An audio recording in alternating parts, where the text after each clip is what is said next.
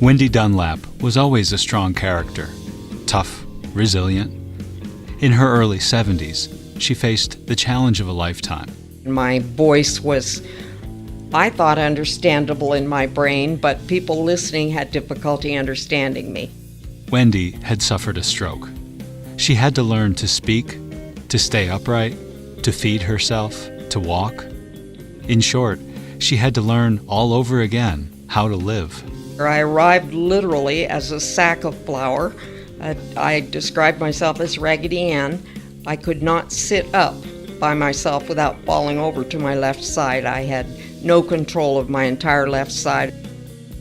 I'm T.G. Lafredo. This is Focus on Your Health. It's brought to you by Kingman Regional Medical Center in historic Kingman, Arizona. Today on the program, my conversation with Wendy Dunlap. I did not recognize the first stroke. Yeah. I was building a block wall with my partner in the backyard and had a tingling in my arm like I had slept on it wrong or something, and dropped a glass of tea and just thought I was being a klutz.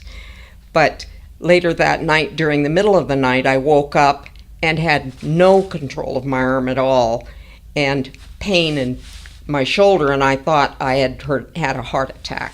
So I woke David and asked him to take me to the hospital. And I was 72 at the time. And thinking that was not unreasonable to be 72 and have a heart attack. But I was diagnosed at the hospital with a 98% blocked right carotid artery. At that time, they did not have the large surgical crew they have here for that kind of thing. And there was nobody on duty until the following day that could do that surgery. So I was transported by ambulance to Arizona Heart, and the surgery was done there. After I recovered a couple of days from the surgery, I was insistent that they bring me back to Kingman. They wanted me to stay because they have their own relationships with acute rehab in their own city. But my daughter and I were really insistent that I come back. Mm-hmm. So I was brought back in my daughter's personal non-medical transport van, which happens to be her business, which was lucky for me.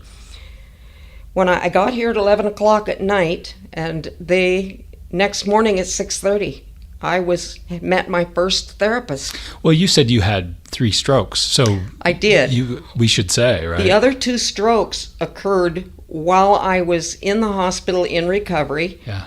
I say all the time, and you may get tired of hearing this, but it's my mantra, doctors and nurses saved my life, but rehabilitation really saved my lifestyle.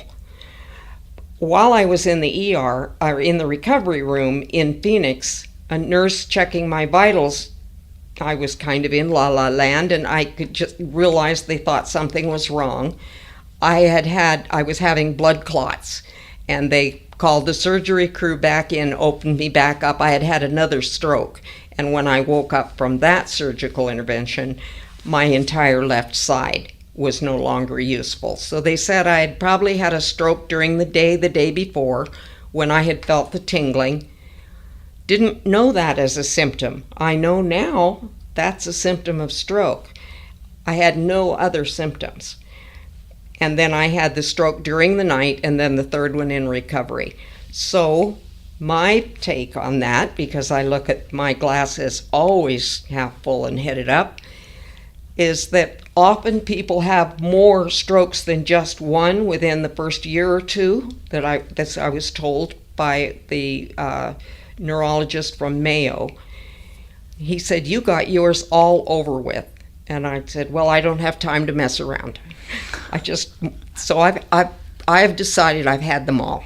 So I'm done with that. You got them out of the way. Yeah, it's all out of the way. You said you were kind of in La La Land. Do you have a memory of those moments when you were there? My family has told me more about it than I remember. I don't remember a lot. I had not even completely come out of recovery and had just been moved from surgery into recovery and was there with a single nurse. But my family told me people were running around saying, call the surgery crew back, get the family to sign papers. So apparently it was like you see on television doctor shows, but I chose to sleep through it. Yeah, you don't have that memory of, No, or you never none at had a all. moment of like, this could be the end. You were just... I never did have that feeling. I've experienced that before in a terrible car accident, but I did not have that experience at all. I was just kind of like an observer, almost like I was just someone else was experiencing all that, but it wasn't me. That's but very apparently it was interesting. a terrible experience for my family. And it was something they laugh about now, but it's taken 4 years for it to be funny. You got out eventually. They patched Just within you a up. couple of days, and Yeah. came here and arrived as Raggedy Ann and left 7 weeks later. I had a couple of interventions while I was here. They have fabulous medical staff at the rehab unit because I was cared for, seen every day by a doctor, and there were nurses 24/7. I had a couple of interventions where I fell in the shower, and they sent me to the hospital to make sure that there was nothing broken, and came back. And then another time during the middle of the night, a doctor or nurse was taking my vitals and said, "There's something going wrong. I'm calling the paramedics." I begged him not to. I've had enough. And this was early in my recovery. And he talked me into it and said, "I don't want this happening on my shift, Wendy." And because he said it that way, I agreed. Otherwise, I might not have been here. You should have said, "This is not about you, mister." So the fire truck arrived, and I got sent back to the hospital, and then they put a stent in my right groin to prevent any of those lingering clots and put me on blood thinner, and I've not had a single reoccurrence, and it's been 4 years. Yeah. I've not had any medical occurrence of any kind since then. I've just spent the time plodding uphill to recovery.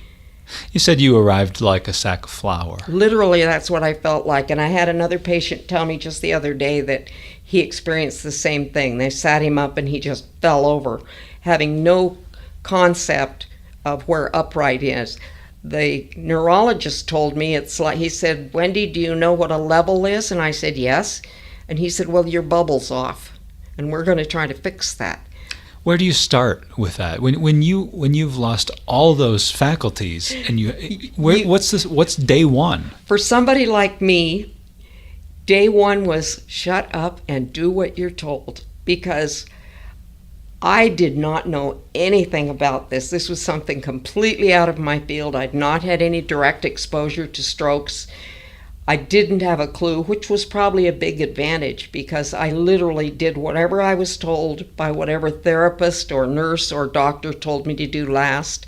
And I saw increments every single day where I could go from swallowing comfortably, drinking a sip of coffee without it running out my mouth, sitting up straight in a chair without falling over to the left every time, and then gradually over those 7 weeks of therapy and literally living here. And as the day came to go home, it's frightening to go home, because here in the rehab unit, I had all of that support. I knew 24/7 there was a basket there to catch me. But I thought I could hardly wait to go home. But the day before I had to go home, I was thinking, boy, this is really going to be different. The reality But started I have a daughter who lives next door to me. I had a partner who was absolutely wonderful. David was could not have been better. Supported me physically, mentally, emotionally.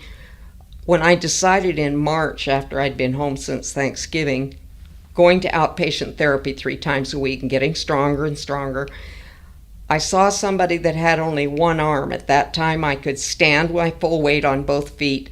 My right arm was not affected. I watched somebody with one arm only, not having a left arm, get in a pickup truck and drive.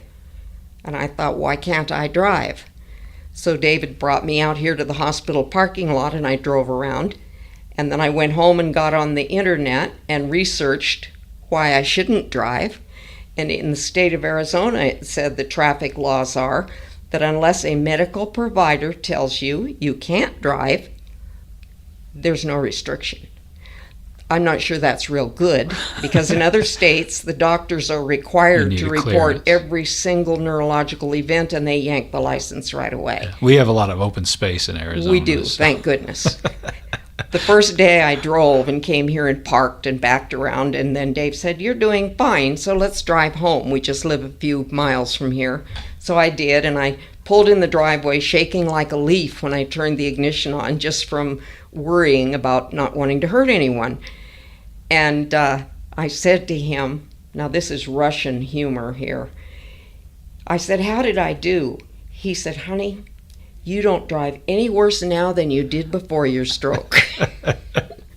When you and I met up here for this interview, we were standing looking out at the Wallapai Mountains and commenting on, it's a beautiful day and blue sky and sunshine and these... And the best view in Kingman. Gorgeous mountains, right? Mm-hmm. And you said, I go riding the quad. And I was like, go? Is that present tense? This is something you do? Oh, yeah. Yeah. That was one of the things that encouraged me to work hard while I was here, is looking out those windows on the second floor and watching people go by in the quads and ride on those dirt roads, because I've never seen a dirt road I didn't want to know where it went. I don't see freeways or airplanes that I give a rip where they go, mm-hmm. but the dirt roads I do like. They call you. Yeah, and it was one of the things that really encouraged me, and I belong to a club of riders, the Surbat Ridge Riders. That's a large group of people that most of them have razors, and we ride together as a group for safety. And we just tour around and see old mines and scenic areas, and a lot of them came to visit me and encourage me and tell me, "Come on, we're going on a ride, you better get on it."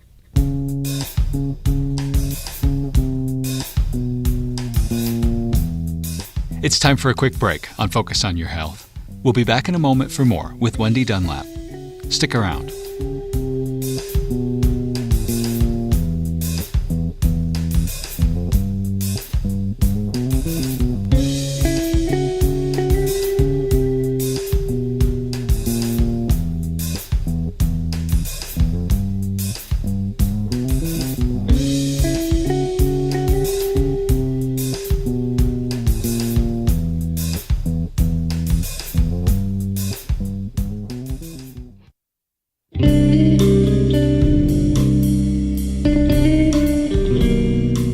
Welcome back to Focus on Your Health. I'm TG Lafredo, and this week my guest is Wendy Dunlap. She's talking about recovering from a stroke she suffered in her early 70s. When you introduced yourself to me, you said that you are stubborn. That's a defining... I prefer strong-willed, okay. But my grandmother would disagree. Well, let's say tomato. But yes. Even so, when you consider that there was a point where you couldn't walk, you couldn't feed yourself, could you have foreseen that you would have been out living a life very much like the one you lived before all this? If I couldn't have imagined that, I don't think I could have endured through the recovery. I always hoped, I wasn't certain, but I always hoped that there would be pieces of that life that I would be able to pick up again. I was not certain, but it was always a hope. I was never hopeless. Was never hopeless, partly because of family and friends and staff that really encouraged me. And I had literally every single day some family member, from grandchildren to daughters, partner, come to see me. I saw patients that didn't have that support. I think that plays a big part. Being near home for recovery, I think, is half of what it takes to go through recovery from any huge medical event. If you had to recover in Phoenix, you feel like it would have seemed very isolating to you? That, and it would have been such a hardship on my family. I think I would have discouraged them from coming as often as they might even want to. They have lives and children and school and things to do, dogs to feed. So I think being able to come back was just a huge part of my recovery. I didn't know much about. I didn't know at all that this was out here. It was working with case managers between the hospital in Phoenix and here, and my daughter making phone calls to the hospital here, and the case manager saying, "Okay, they don't want to release her now, what do we do?" And they literally told us, they cannot do that. They may tell you they can, but they cannot. You go wherever you want. And that's true even here when you're released from the hospital. They give you no direction of where to go for rehab. They just tell you what your options are. But my option was close to home. I knew was important for me and for my family. Yeah. Did you know, you knew you wanted to be at close to home, but did you know what you would find here? No, Yeah. had no idea. Yeah. I expected it to be more clinical than I found it. It's clearly not a hotel, and it's clearly filled with medical staff, but it's much more personal. You're called by your first name. It's very much more personal. Everyone knows everyone. The staff works together every day. It's not like there's changing staff all the time, like in a large acute hospital. The people that work in this field are drawn to this field. Yeah. They're good at it. And the physical therapists really know their craft. It's a specific field in healthcare that they spend years and years. Several of the physical therapists here have their doctorate in physical therapy. They've spent 10 and 12 years completing their schooling. Yeah. And they're working alongside a therapy aide who may have gone to school for 3 years, and they're teaching them all the time. I would ask them questions about why are we doing this, and they would tell me specifically. I am willing to work very, very hard when I know why. And it was not just do this 20 times because I said so. It was they would give me specific reason and tell me how it was working and show me the next time they saw me how it had helped. And it was just fuel for me. It was just like throwing gasoline on a fire to tell me, oh yeah, that work you did yesterday, here's what you can do It's now. paying off. They Yeah. gave me specific measurements and numbers of how I was getting better. This was 2014. You were in the fall. In the fall, and you were in acute inpatient rehab. Correct. Which is at the Wallapai Mountain Medical Campus, the new hospital, if you will. And I think they must not have been here for very long at that point. I think it right? was it was the end of their first complete year. Yeah, that sounds right. The following year, I went to a reunion of patients who had been here when they were brand new I patients. kind of lost track of time, but yeah, it's Yeah.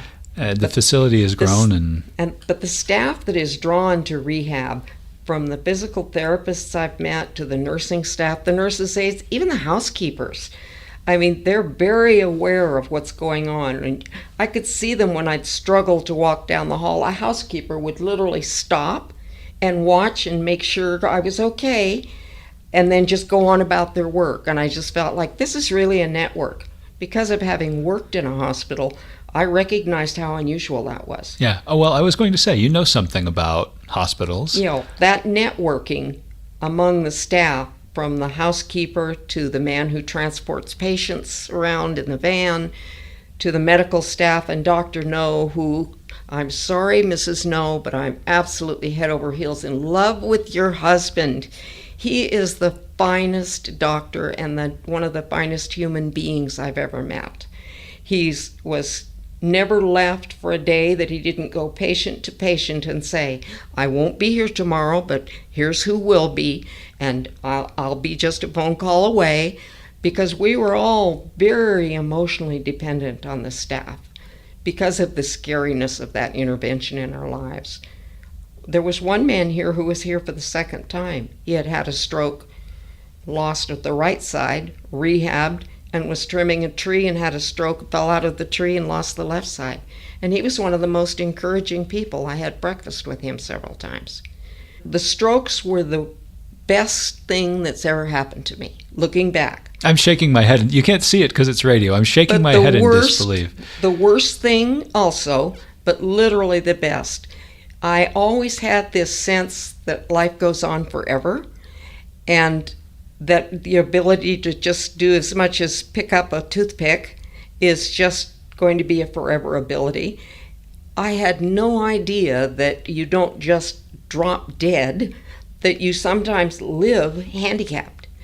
And that was a huge awakening for me, and it made an already pretty positive person just almost terminally cheerful, where you make people just want to die. It's just, that's my family's version. It's, no matter what happens, I can always see the bright side to it, and I don't mind telling them, but it's just given me a new look at everything. I look at everything, and nothing is as serious as it seemed. And it's just like being born again, literally like being born again with a new appreciation. Same old body, but a literal new appreciation of people and life. And I smile at people, and waitress had a bad day at Denny's one day, and when we left, I said, David, I have to stop and get her flowers. She was crying. She'd had some battle with a boyfriend. We stopped and got her flowers and took them back. I never would have done that 10 years ago. That wouldn't have occurred to me. But you can make a difference every day in somebody's life with just a smile. If they look at me and they smile, that's permission for me to say, hello, how are you? And that's the sort of permission that maybe you weren't aware of before Not all this. at all aware. I'd grown up like most people, where you don't talk to strangers and people enjoy their private space. But the signal of looking at someone's eyes and smiling seems to be an open invitation that they want to talk, or maybe I need to talk. And I've spent my last 4 years talking to absolute strangers. Sometimes with microphones present. Sometimes with microphones. But it's a different attitude. And I've talked to people that have survived catastrophic things, and I've heard the same thing, where they feel like it's a second chance and you want to do it differently. You don't want to miss any opportunity for a little kindness, any little thing you can do to make somebody else's life better, and then in retrospect your own, because I know that everything good you do reflects right back and makes you feel better. Yeah. So that's just become what I do naturally without thinking about it. That's the natural part. We were saying that the strokes that you survived, they're like these monuments in your life where you have before stroke and after stroke, and how you've made this positive. I guess I want to revisit that idea for a moment. When you think about that, there was a time where it didn't look good for you at all, and now here you are living this full life and doing what you love doing, doing whatever you want, damn it. Right. Absolutely. Not bad at 77. Yeah. I'm liking it. Yeah. And just tell me a little bit about that. And if I may ask, this is radio so people can't see, but can I ask about your hair? Because I think that's part of it. I have white hair in the front. The back of my hair is fire engine red, because I've reached that wonderful age and stage of why not?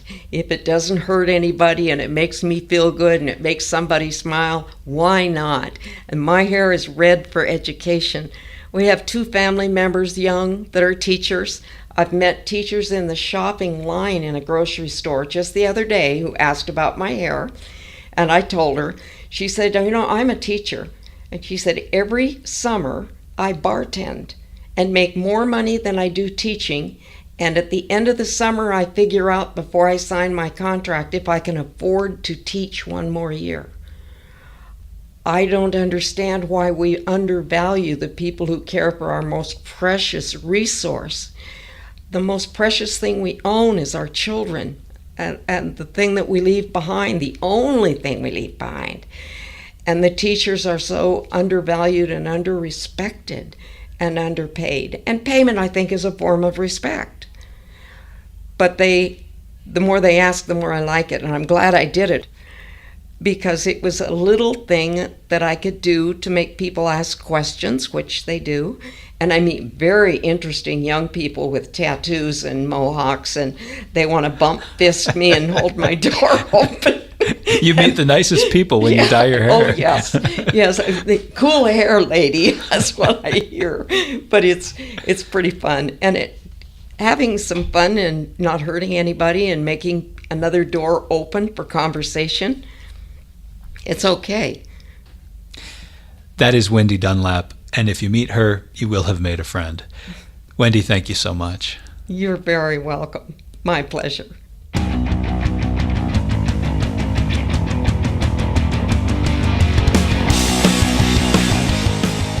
That is Focus on Your Health. I'm TG Lafredo. Thank you so much for listening. If you'd like to get in touch with me, you can send me an email at foyhradio@gmail.com. That's Focus on Your Health. foyhradio@gmail.com. We'll catch you next week.